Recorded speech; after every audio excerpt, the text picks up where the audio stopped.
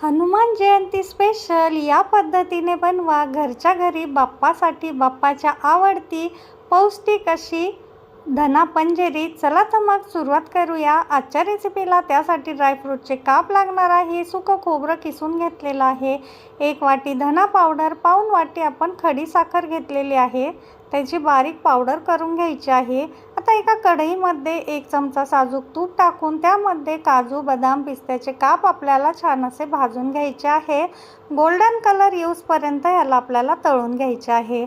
आता golden colour यायला लागला की लगेचच हे ड्रायफ्रूटचे काप काढून घेऊया आणि जे तूप शिल्लक राहिलेलं आहे त्यामध्ये आपण सुकं खोबरं घेतलेलं आहे। इथे 4 चमचे, जे पोहे खाण्याचे चमचे असतात ते 4 चमचे घेतलेले आहे। ह्याच्याऐवजी आपण ओलं खोबरं घेतलं तरीसुद्धा चालेल किंवा डेसिकेटेड कोकोनटसुद्धा घेतलं तरीसुद्धा चालेल। आता हे सुद्धा छान असं तुपामध्ये आपल्याला परतवून घ्यायचं आहे। ड्रायफ्रूट आपण आपल्या आवडीचे यामध्ये कुठलेही टाकले तरीसुद्धा चालू शकेल।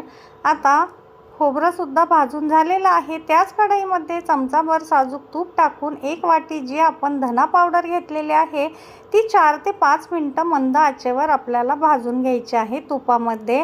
आता धना पावडर ऐवजी आपण धने भाजून त्याची पावडर करून घेतली तरीसुद्धा येथे चालू शकेल।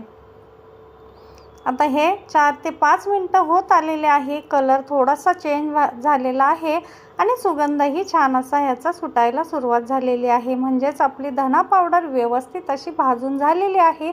थोडी थोडी करून धना पावडर आपल्याला एका प्लेटमध्ये काढून घ्यायची आहे।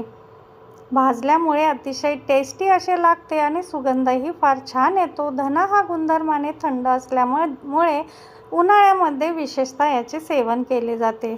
आता ही भाजून झाली की एका प्लेटमध्ये काढून याला थंड व्हायला ठेवून देऊया।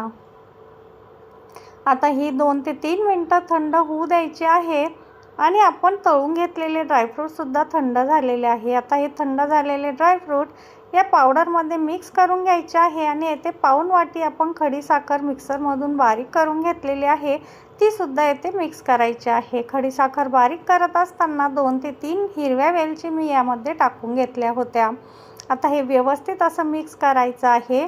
अतिशय टेस्टी आणि पौष्टिक अशी ही असते। हे बघा आपली पंजेरी बनवून तयार आहे। नक्की ट्राय करा रेसिपी। आवडली असेल तर चॅनलला